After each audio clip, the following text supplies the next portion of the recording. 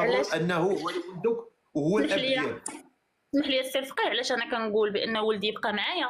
حقاش انا من نهار ولدت ولدي يعني ما مشاش عند باه وما جاش باه قلب عليه، فهمتيني شنو بغيت نقول لك؟ هو بالوراق ديالو بالمسائل ديالو القانونيه كامله تزوج على سنه الله ورسوله، داخل الحاله المدنيه داخل كل شيء، ولكن باه ما كيسولش فيه وما كيقلبش عليه، عمرو صرف عليه، عمرو عطاه شي حاجه.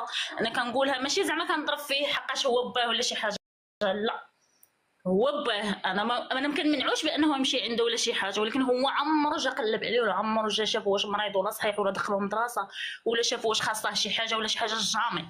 يعني انا الام وانا الاب. لا حول ولا قوة إلا بالله العظيم. والله إلا هادشي كيألم قسما بالله، راه ماشي كيضحك هادشي راه كيبكي.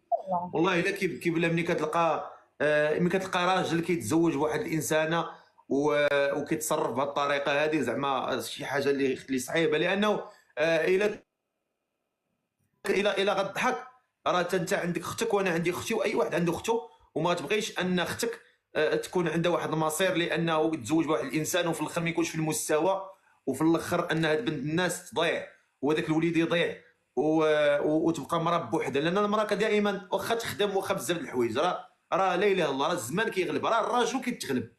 ما معساك المراه، الراجل وكيقول لك لا اله الا الله صافي انا ما بقيتش قادر. قسما معساك المراه بالله، هي ضعيفه. قسما بالله الفقيه، والله القسم الا الحمل كيكون ثقيل ملي تتكوني ام واب في نفس الوقت، قسما بالله الا كتكون صعيبه.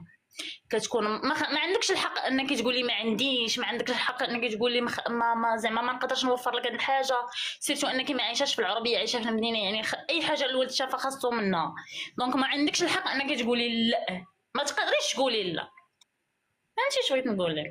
ولكن الحمد لله ربي مغلبنا عليه، اللهم لك الحمد، حامدين الله وشاكرين.